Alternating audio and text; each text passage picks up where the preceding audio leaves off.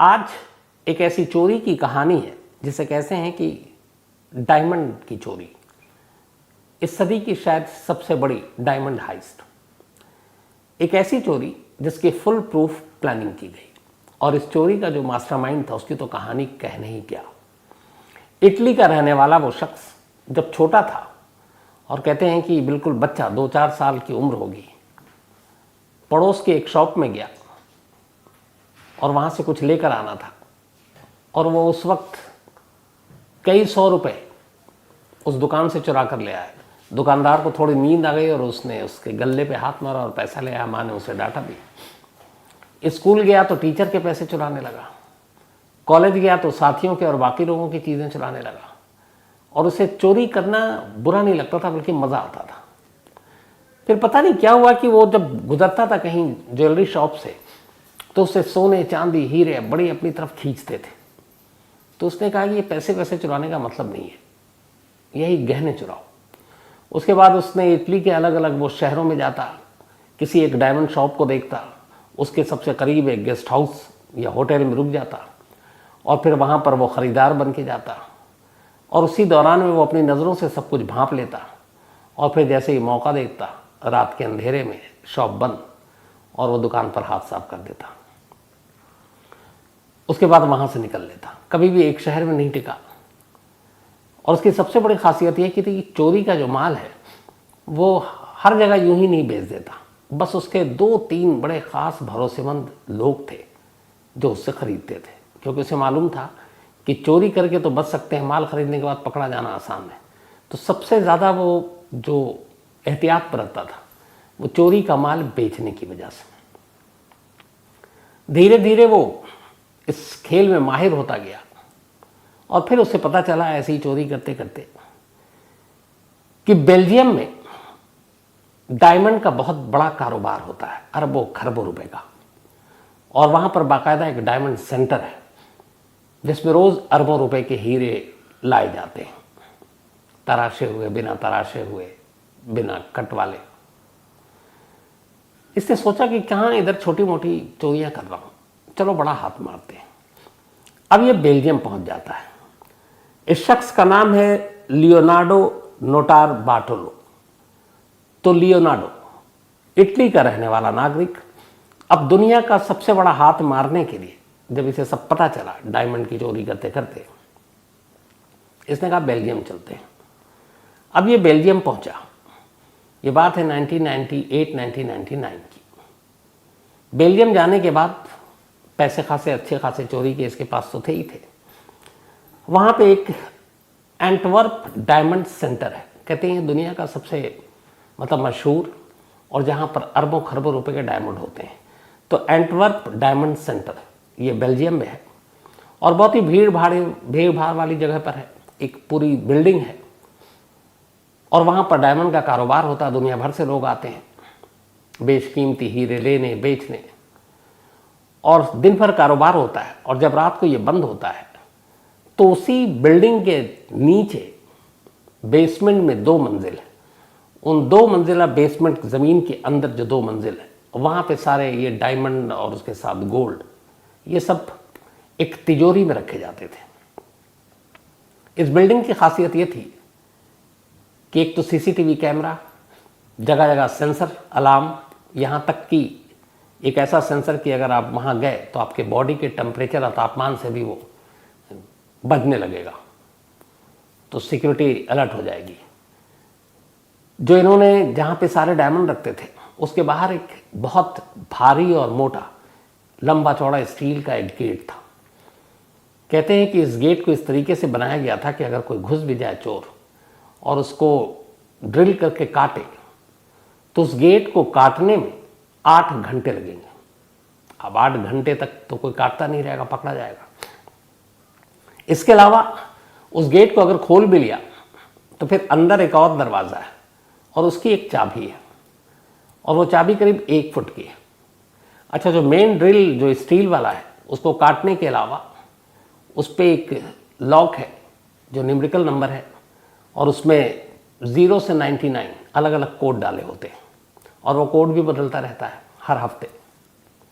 तो वो कोड है स्टील का गेट है, अंदर एक दूसरा ताला है, 1 फुट लंबी उसकी चाबी है, और जब इन दोनों को आप पार करें और अंदर जाए तो अब अंदर सेंसर है, कैमरे हैं, अलार्म है। तो ये सारी चीज़ें ये हैं कि फ़ौरन अलर्ट कर दें। अब इतनी सख्ती के बाद कोई इस तिजोरी तक कैसे पहुँचे? इसके अलावा बाहर जो है वो गार्ड है, बंदूकधारी, तो हर तरफ से सख्ती। और सबसे बड़ी बात यह कि इस बिल्डिंग में दाखिल होने वाला कोई भी शख्स, चाहे उस बिल्डिंग में उसकी दुकान हो, 2 चीज़ें अलाउड नहीं थी, एक फ़ोन और दूसरा कैमरा, ताकि इस बिल्डिंग के अंदर की कोई भी तस्वीर कोई ना खींच पाए और वो उस वॉल्ट की तिजोरी की, ताकि कोई इसका नक्शा बना ले। तो आप कोई कैमरा और फ़ोन ले ही नहीं जा सकते थे, और 2000 आते आते मोबाइल आ चुका था, तो कैमरा और फ़ोन दोनों आप अलाउड नहीं है, चाहे उस बिल्डिंग के अंदर जो खुद बिजनेसमैन बैठे हुए अपनी अपनी शॉप या दफ्तर खोलकर, उनके लिए भी नहीं। अब ये सारी जानकारी लियोनार्डो वहाँ पर पहुँचने के बाद धीरे धीरे लोगों से घुलता मिलता और अभी तक बाहर से जानकारी हासिल कर रहा है। इस एंटअप डायमंड सेंटर के ठीक बाहर एक कॉफ़ी शॉप था। उस कॉफ़ी शॉप में एक जगह पर एक विंडो है, साइड में आप बैठिए और बैठकर आप उस डायमंड सेंटर को निहारते रहिए। अंदर से बाहर आते हुए लोग, बाहर से अंदर जाते हुए लोग सब दिखेंगे। पूरे दिन लोग बैग में, पॉकेट में ऐसे अपने सारे हीरे लेकर निकलते या हीरे लेकर आते, तो सारी चीज़ें समझ में आती, लेकिन आप बाहर से देख सकते हैं। लियोनार्डो इस कैफ़े शॉप में महीनों बैठा रहा। वो जाता है ख़ास वक्त और उसको देखता, दिन में देखता, फिर जब ये डायमंड सेंटर बंद हो जाता तो रात को भी जाकर बैठकर देखता कि रात को क्या हलचल है। कई महीने उसने सिर्फ नज़र रखी। उसके बाद उसे लगा कि अब बिना अंदर दाखिल हुए ये चोरी नहीं हो सकती। अब अंदर के बारे में कोई जानकारी तो है नहीं, न नक्शा है न फोटो है, क्योंकि सब कुछ बैन है। तो उसने कहा अंदर जाना पड़ेगा। अंदर जाने का तरीका क्या है उसने पता किया। उसने कहा कि यहाँ पे एक डायमंड व्यापारी बनकर इस बिल्डिंग के अंदर दाखिल होना होगा और आपको अंदर एक शॉप या ऑफिस लेना होगा।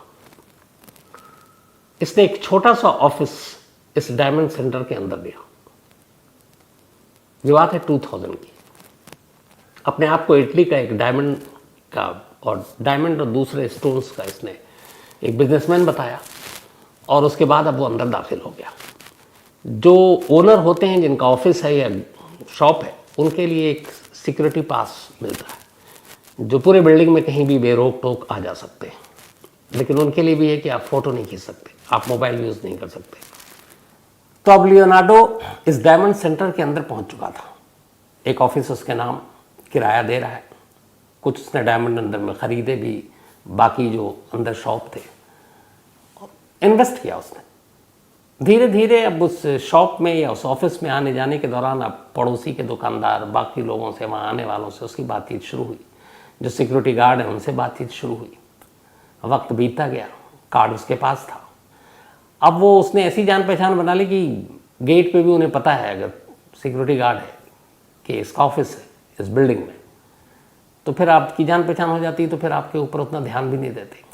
तो अब धीरे धीरे उस डायमंड सेंटर के अंदर के बाकी जो ओनर थे या बाकी स्टाफ, वो लियोनार्डो को अब पहचानने लगा।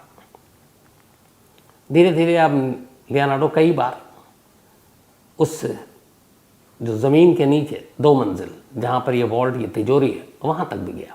उसने वो तिजोरी भी देखी, स्टील का दरवाज़ा भी देखा, लेकिन उसके देखने भर से कुछ नहीं था। उसने कहा कि यहाँ के सारे नक्शे, क्योंकि ये इतनी बड़ी चोरी थी कि वो अकेला कर नहीं सकता था, और अभी तक वो अकेला है, बस उसके दिमाग में ये सारी साजिश चल रही है। तो उसने कहा कि यहाँ के नक्शे और वो सारी चीज़ें बड़ी ज़रूरी हैं। अब सवाल ये है कि कैमरा अलाउड नहीं है, मोबाइल ले नहीं जा सकते, तो फिर कैसे? फिर उसने उसका एक तरीका निकाला। उसने मार्केट से एक पेन ख़रीदा, एक पेन कैम, वो पेन जिसमें कैमरा होता है हाई रेजोल्यूशन का। और वो शुरू से ही जब उसने ये ऑफिस ख़रीदा, हर चीज़ उसके जहन में पहले से थी। वो हमेशा शर्ट पहनकर अपने ऑफिस जाया करता इस डायमंड सेंटर में, और शर्ट भी वो जिसके अंदर जेब हो। और पहले दिन से ही जब वो जा रहा था तो उस अपनी पॉकेट में शर्ट के एक पेन रखता था। अब धीरे धीरे वहाँ वो सब कुछ जान पहचान हो गई। उसके बाद इसने कहा कि अब तस्वीर खींचने के लिए सिर्फ एक पेन कैम ही काम आ सकता है।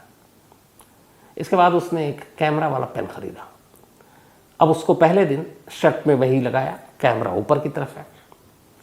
चूँकि सारे सिक्योरिटी गार्ड जानते हैं, सब कुछ सभी जानते हैं, और डेली जब आपको देखते हैं आप क्या पहनते हो, ये तो एक ही वेशभूषा, एक ही चीज़, चौंकता कोई नहीं है। पेन भी उसकी जेब में रहती है। तो अब कैमरा वाला पेन लेकर दाखिल हुआ, किसी ने कुछ नहीं देखा। वो आराम से अपना काम किया। उस दिन कुछ काम यूज़ नहीं किया पेन का। अब उस पेन के साथ आता। अब धीरे धीरे उसने पेन से फोटोग्राफ लेने शुरू किए। वो इधर उधर घूमता, वो सारी चीज़ें रिकॉर्ड होती, वीडियो भी था उसमें। इसके बाद अब वो वॉल्ट की तरफ भी जाने लगा। अब लेकिन वॉल्ट में जाने के बाद जितनी आप बहुत देर तक खड़े नहीं हो सकते, तो कैसे वहाँ के सारी चीज़ें ने, तो उसने तस्वीरें तो ले ली। फिर उसे पता चला कि इसका एक कोड है दरवाजे का, जो 0 से 99 के बीच में 4 डिजिट का एक कोड है। लेकिन वो कोड क्या है पता नहीं, और उस कोड से ही वो दरवाज़ा खुलता है पहला। और अगर उसके साथ छेड़छाड़ हुआ, गलत कोड डाला, तो फिर अलार्म, सेंसर सब बच जाएगा, सब चौकन्ने, फिर तो सीधे गोली भी पड़ सकती है। तब ये घूम रहा है, लेकिन कोड जो है वो वहाँ का जो मेन सिक्योरिटी इंचार्ज है, जब भी किसी को ज़रूरत होती है अंदर जाने के लिए, किसी शॉपकीपर को, किसी को, वही खोलता है। अब वो जब खोलता है तो वो दिखता नहीं है, इसके पेन में रिकॉर्ड नहीं होता है। तो ये बड़ा परेशान कि सब कुछ तो हो गया, कोड का क्या करें। फिर इसने एक तरीका अपनाया। शाम को अक्सर जब सारे लोग चले जाते और धीरे धीरे अंधेरा होने लगता, बत्तियां बुझा दी जाती, सेंसर सारे बस और अलार्म ऑन रहते, तो ऐसे वक्त में उसने एक चीज़ देखी कि उस गेट के सामने एक ऐसी जगह है जहाँ पर कई होता है ऐसे रूफ टाइप कुछ चीज़ें, तो वहाँ एक स्पेस था जिसके ऊपर उस पेन को रखा जा सकता है। और वहाँ से उस एंगल से अगर कोई वो दबा आता है नंबर, कोड, तो वो नंबर दिख सकता है। एक रोज़ मौका पाते ही उसने देखा कोई नहीं, और उसने पेन को ऊपर रख दिया और रख कर चला गया। नेक्स्ट डे आया। आने के बाद फिर थोड़ा लेट हुआ ताकि अंधेरा हो जाए। उसने पेन उठाया, वापस गया। कोड उस पेन में कैद हो चुका था जो सिक्योरिटी गार्ड ने डाला था। अब ये भी हो गया। अब धीरे धीरे उसे उसके बारे में सब कुछ पता चल गया, कौन सा है, कहाँ पर है। अब उसे लगा कि इस काम में बाकी लोगों को शामिल करना चाहिए। इसके बाद ऐसे लोगों की इसने तलाश शुरू की। 4 लोग इसे मिले और चारों अलग अलग फील्ड के माहिर। उन चारों को इसने अपनी पूरी प्लानिंग बताई और चारों इस काम को करने के लिए राजी हो गए। ये जो 4 लोग थे, इन चारों के इसने कोड नेम रखे थे। आपको याद होगा मनी हिस्ट जैसे शहर के नाम पर रखा था, तो इसमें भी इसने हर एक के अलग अलग नाम रखे थे। और वो नाम कुछ ऐसे थे कि एक का नाम था मॉन्स्टर, एक का नाम था स्पीडी। स्पीडी वो शख्स था जो इलेक्ट्रीशियन भी था और ऐसी चीज़ों को अलार्म वलार्म इन सबको डिसअलार्म करने में माहिर था और बहुत तेज़ी से, इसलिए इसका नाम रखा था इसने स्पीडी। द मॉन्स्टर ये काफ़ी हेवी था, मतलब कद काठी से भी मजबूत था और ड्राइविंग भी बड़ी अच्छी आती थी, भाग सकता था। और ये ताले वाले का भी थोड़ा एक्सपर्ट था, ऑलराउंडर था। एक था द जीनियस। जीनियस का काम था ख़ासतौर पर, एक तो अलार्म वाला हो गया था स्पीडी, सेंसर को ख़राब करना या रोकना, तो तीसरा जीनियस, और चौथा था द किंग ऑफ की, चाबियों का राजा। ये सबसे ओल्ड मैन था, मतलब इसकी उम्र होगी करीब 60 साल। दुनिया का कहते हैं कि कोई भी ऐसा ताला नहीं जो किंग ऑफ की नहीं खोल सकता। तो ये चारों अपने अपने काम के महारथी, और इन चारों को उसने कहा कि शायद दुनिया की सबसे बड़ी चोरी होगी, कामयाब हो गए तो 7 पुश्ते हमारी बैठ कर खाएंगे, लेकिन हमें काबिल लोग चाहिए। इन चारों को उसने सिलेक्ट किया। अब ये 4 और लियोनार्डो 5। अब इनको चाहिए था एक और लोकल शख्स जिसकी शहर के अंदर एक तिजोरी का शॉप हो। ढूंढना शुरू किया गया। एक लालची मिला और उसके पास सारी तिजोरियां थीं। उसने उसको भी अपने इस काम में शामिल किया, लेकिन ये नहीं बताया कि काम करना कब है। अब इसके बाद जो उसके पेन में सारी तिजोरी की तस्वीरें और वीडियो कैद हुई थी, वो सारी चीज़ें उसने उनको दिखाया, उस तिजोरी एक्सपर्ट्स को। उसके बाद उसका एक रिप्लिका, एक बिल्कुल हूबहू वैसी ही एक तिजोरी तैयार हुई, विशालकाय स्टील की, एक बड़े से गोदाम के अंदर वो तैयार किया गया उसी वीडियो और तस्वीरों के ज़रिए। एक रोज़ जब लियोनार्डो पहली बार पहुंचा उस तिजोरी को देखने तो चौंक उठा। उसे लगा कि वो सचमुच उस रियल तिजोरी के पास खड़ा है। अब उसमें यह हुआ कि सारे नंबर लगाए गए, वैसे ही कि आध घंटे से पहले वो ड्रिल से कटेगी नहीं। अब इन चारों महारथियों को कहा गया कि तुम इस तिजोरी के साथ खेलो और अब आगे का काम तुम्हें ऐसे ही करना है। तो यहाँ पे इनको टाइम दिया जाता था कि कितने टाइम में तुम खोलोगे, तोड़ोगे, सेंसर को तुम बेकार करोगे, अलार्म को तुम रोकोगे, और ये सारी चीज़ें उस जगह पे फिट की गई। मतलब हूबहू वैसी ही सारी चीज़ें तैयार कर ली गई, बिल्कुल रियल सेट टाइप। सब कुछ हो गया। कई बार इन लोगों ने रेकी कर ली। इन सारी चीज़ों में 3 साल बीत गए। लियोनार्डो ने इन 3 सालों में कुछ नहीं किया। इन्वेस्ट किया, उसी डायमंड सेंटर में अपनी एक ऑफिस ली और बस उस तिजोरी और उन जगहों के बारे में सारी जानकारी इकट्ठा करता रहा। 3 साल बीत गए, सारी तैयारियां पूरी हो गई। अब इसके बाद बारी थी इस चोरी की, दुनिया की सबसे बड़ी डायमंड की चोरी की। यहाँ पे ज़्यादातर जो सिक्योरिटी गार्ड और वो थे इस बेल्जियम के, उसमें यहूदी लोग ज़्यादा थे। उनकी ख़ास एक प्रेयर और बाकी चीज़ों का टाइम होता था रात के वक्त, और सैटरडे संडे बहुत ही कम गार्ड होते। उसकी वजह थी इस पूरी बिल्डिंग में सिक्योरिटी सिस्टम इतनी ज़बरदस्त थी, अलार्म हो, सेंसर हो, तिजोरी का गेट इतना कि कोई खोलने का सवाल ही नहीं है। तो सब बेपरवाह, मतलब बेफिक्र थे कि यहाँ कभी कोई चोरी नहीं होगी। तो सैटरडे की रात चुनी गई। उस वक्त ख़ास ये जो कुछ यहूदी जो गार्ड वहाँ पे ड्यूटी पे होते थे, उनकी एक ख़ास रूटीन थी कुछ अपना धार्मिक वो करने की। तो सैटरडे की रात चुनी गई। तारीख थी 15 फरवरी 2003, 15 Feb 2003, सैटरडे की नाइट। लियोनार्डो ने एक कार ली और उस कार में वो इस बिल्डिंग के थोड़ी दूरी पर खुद बैठा हुआ है। बाकी उसके 4 साथियों को, स्पीडी, द मॉन्स्टर, जीनियस और द किंग ऑफ की, इनको इस डायमंड सेंटर में दाखिल होना है। डायमंड सेंटर में अब दाखिल कैसे हो, तो उसके लिए भी पूरी रैकी की गई। डायरेक्ट घुस नहीं सकते थे आप, क्योंकि पहले ही स्टेप से आप कैमरे के सामने आ जाते। इस डायमंड सेंटर के ठीक बराबर में एक बिल्डिंग थी और उस बिल्डिंग में फासला बहुत कम था। उस बिल्डिंग पे एक पाइप जैसी चीज थी इस बिल्डिंग में दाखिल होने के लिए। तो ये दूसरी बिल्डिंग में गए और उस बिल्डिंग से फिर उस पाइप के सहारे इस डायमंड सेंटर की बालकोनी में पहुंच गए। ऊपर पहुंचने के बाद अब इनको अंदर दाखिल होना है। अंदर दाखिल होना है और ये भी पता है कि सेंसर है और लाइट है। तो सबसे पहले जो ये तय हुआ था वो ये कि अंदर दाखिल होते ही आपको सबसे पहले उस जगह की लाइट बंद करनी है जहाँ पर तिजोरी है, नीचे दो मंजिला है,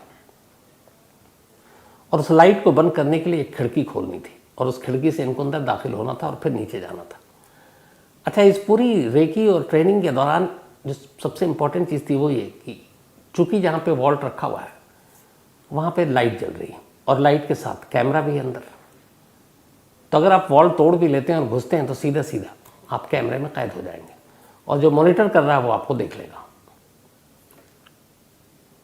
तो ये हुआ कि अंधेरे में ही वॉल्ट खोलना है, अंधेरे में ही सब कुछ करना है। उसकी इन्होंने प्रैक्टिस की अंधेरे में, इसलिए कि जहाँ पे वॉल्ट है वहाँ पे रोशनी नहीं होगी, पहले ही बंद कर दी जाएगी। अब सब कुछ चूँकि इनके पास सेम नकली वैसी ही तिजोरी थी, तो ये अंधेरे में ही उसको घुमाते, अंधेरे में उसके कोड डालते, सब कुछ अंधेरे में। तो इन्होंने यही किया, उस खिड़की से घुसे। सबसे पहले वहाँ पे जो सेंसर था, इन्होंने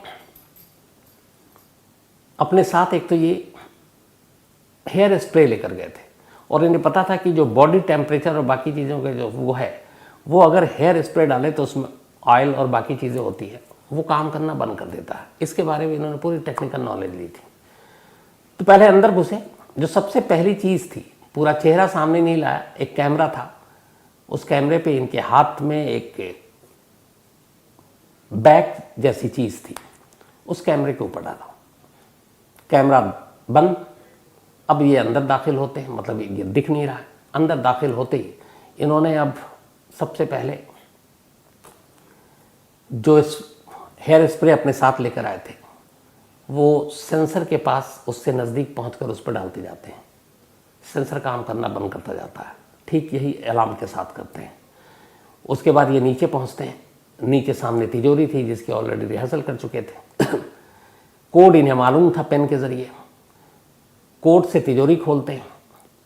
लेकिन अब सवाल ये था कि अंदर एक और दरवाज़ा और उस पर 1 फुट की चाबी। द किंग ऑफ की उसके लिए पहले से तैयार था। थोड़ी सी कोशिश करता है, दुनिया का कोई ताला नहीं था जो उससे न खुले, वो दरवाज़ा भी खुल जाता है। इसके बाद अब ये अंदर दाखिल होते हैं। अंदर भी सेंसर है, अलार्म है। वहाँ पर भी बहुत ही खामोशी से, बिना करीब आए ताकि बॉडी के हीट से ही वो बजने लगे, तो अपने आप को दूरी रखकर वो स्प्रे मारा, उसको भी बंद किया। सारे सिस्टम जो अलार्म के थे ये सबको बेकार किया। और अब अंदर सारे लॉकर थे। इन्होंने लॉकरों को खोलना शुरू किया। लॉकर में से जितने भी हीरे, गोल्ड, ये सब निकाला। अपने साथ बैग वैग भी लेकर आए थे, उसमें भरा। करीब 1 घंटा पूरा लगा, 60 मिनट। 60 मिनट के बाद ये लोग वहाँ से निकलते हैं। उसी बालकोनी के रास्ते फिर बाहर नीचे उतरते हैं। नीचे लियोनार्डो इनकी इंतज़ार इनका कर रहा था कार में। ये चारों पहुँचते हैं बैग के साथ, कार में बैठते हैं और वहाँ से निकल जाते हैं। वहाँ से निकलने के बाद की अब प्लानिंग अभी तक किसी को पता नहीं है कुछ क्या है। वहाँ से निकलने के बाद आप चारों हाईवे की तरफ जाते हैं ताकि बेल्जियम की इस जो डायमंड सिटी सेंटर था इसे दूर जाएं। करीब सुबह के 5:30 बजे थे जब ये लोग वहाँ से निकले थे, 5:30। उसके बाद शहर पे, सड़क पे चहल पहल शुरू हो जाती। तो वहाँ से निकलने के बाद अब ये सब हाईवे पे जाते हैं। हाईवे पे जाने के बाद एक कैफ़े में जाते हैं। भूख भी लगी, पूरी रात कुछ खाया नहीं। 5 सैंडविच खरीदते हैं। सैंडविच खरीदने के बाद, और इसका बिल देता है लियोनार्डो। बाकायदा पर्ची कटती है, उसमें नाम वाम सब कुछ आता है जो उसने पे किया। अब वहाँ से फिर ये निकलते हैं। एक रास्ते में सुनसान जगह आती है, गाड़ी रुकती है। फिर ये तय होता है कि हम लोगों ने जो चोरियाँ की हैं, चूँकि चेहरा भी ढका हुआ है सब कुछ, तो जो कपड़े पहने थे, अच्छा अंदर जाकर कोई डीएनए या फिर फिंगरप्रिंट न छोड़ दें, उसके लिए प्लास्टिक के इन्होंने दस्ताने और बाकी सारी चीज़ें पहन रखी थी। तो कहा उन सारे सबूतों को जला देते हैं ताकि किसी के हाथ कुछ ना आए। तो हाईवे के किनारे एक झाड़ियाँ जंगल थी। लियोनार्डो और उसके सारे साथियों ने सब कुछ जला दिया। एक इसमें जो शख्स था उसकी तबीयत ठीक नहीं थी, शायद सदमे में था कि इतनी बड़ी चोरी कर ली। तो ये सब जलाकर चले आए। उससे कहा कि तुम भी जला कर आओ। इसने कहा आता हूँ। आधा सैंडविच जो है इसने खाया नहीं, वहीं पे छोड़ दिया, और बाकी कुछ चीज़ें जलाई, कुछ इसने छोड़ दिया। इसको जल्दी भागना था और कुछ घबराहट हो रही थी। इसने कहा इस जंगल में आकर इन चीज़ों से कौन हमारा पता लगाएगा, और उसने बिना जलाए हुए वहाँ से निकल गया, चला गया। अब ये लोग सब अलग अलग। अब इत्तेफाक से सुबह हुई। इस चोरी की खबर पूरे देश में पता चला। 8 अरब रुपए के डायमंड चोरी हुए थे, और डायमंड के साथ कुछ गोल्ड थे और कुछ स्टोन थे बहुत महंगे। 8 अरब रुपए, 8 अरब, पता नहीं कितने जीरो लगते हैं। अब हंगामा मच गया। ये लगा कि बहुत सारे बिजनेसमैन तो बर्बाद हो गए। पुलिस ने अपनी जांच शुरू की। सीसीटीवी कैमरे से रात और सुबह के वक्त की उन सारी गाड़ियों को चेक किया गया। तो एक गाड़ी इनको सस्पेक्ट लगी, वही गाड़ी जिसमें ये थे। उस गाड़ियों को खंगाला गया तो पता चला कि ये हाईवे की तरफ गई।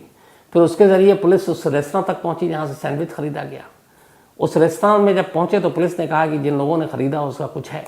तो वहाँ एक पर्ची मिली, जो इन्होंने सैंडविच खरीदी उस पर लियोनार्डो का ही नाम और पता लिखा हुआ था। अब पुलिस उसके बाद उस आगे की गई कि देखते हैं यहाँ पे क्या कुछ है। उन झाड़ियों तक भी पहुँच गई। वहाँ से इनको कुछ जो नहीं जले थे, जो एक ने गलती की, वो बाकी चीज़ें मिल गई। वो सारी चीज़ें उठाई। इसके बाद पुलिस अब सीधे, चूँकि नाम पता मिल चुका था, लियोनार्डो के घर पहुंच गई। वो घर पे था, उसे गिरफ्तार कर लिया। गिरफ्तार करने के बाद पूछताछ हुई, वो लगातार मना करता रहा। पुलिस ढूंढती रही। आखिरकार अदालत ने लियोनार्डो को 10 साल की सजा सुनाई। लेकिन पूरे कैद के दौरान उसने एक बार भी अपने बाकी 4 साथियों का नाम नहीं लिया कि वो कौन है। और उनमें से कुछ ही डायमंड, मतलब 8 अरब में से पुलिस रिकवर कर पाई। बाकी का आज तक, मतलब 20 साल हो गए, सुराग नहीं मिला।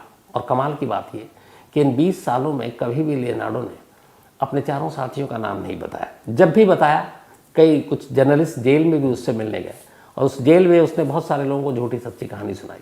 लेकिन एक कहानी उसकी कॉमन थी। उसने कहा कि मैं अपने 4 साथियों के बारे में और कुछ नहीं बताऊंगा, लेकिन उनके नाम बताऊंगा। और वो जब भी नाम बताता तो यही बताता, speedy, monster, genius, the king of keys. ये उसने निकनेम रखा था, जैसे मनी हाइस्ट में था। बाद में उसने एक और लाइन कही, जब ये कहा गया कि 8 अरब की चोरी की है तुमने, उसने कहा नहीं, मैंने शायद 18-20 मिलियन उस वक्त था, उसके डायमंड थे, लेकिन ये मैंने चोरी नहीं की। उसका कहना है कि एक बड़े डायमंड बिजनेसमैन जिनका अपना शॉप था इस डायमंड सेंटर में, उन्होंने मुझसे ये चोरी करवाई ताकि वो इंश्योरेंस के पैसे क्लेम कर सकें, ये दिखाकर कि कुछ लाख डॉलर के एक डायमंड चोरी हुए और वो उससे बहुत ज़्यादा पैसे इंश्योरेंस कंपनी से क्लेम कर सके। हालांकि उसके इस जो इल्ज़ाम लगाया उसकी कभी सच्चाई सामने नहीं आ पाई। लेकिन सच्चाई ये है कि आज लियोनार्डो अपनी सज़ा काट के बाहर आ चुका है, बट 4 साथियों का आज भी कोई सुराग नहीं है। बाकी के डायमंड कहाँ हैं, आज भी सुराग नहीं है। और उन पैसों का क्या हुआ, इसके बारे में भी आज भी कुछ पता नहीं है। कहते हैं ये 21वीं सदी में हीरे की चोरी का सबसे बड़ा मामला है। तो ये थी आज की कहानी।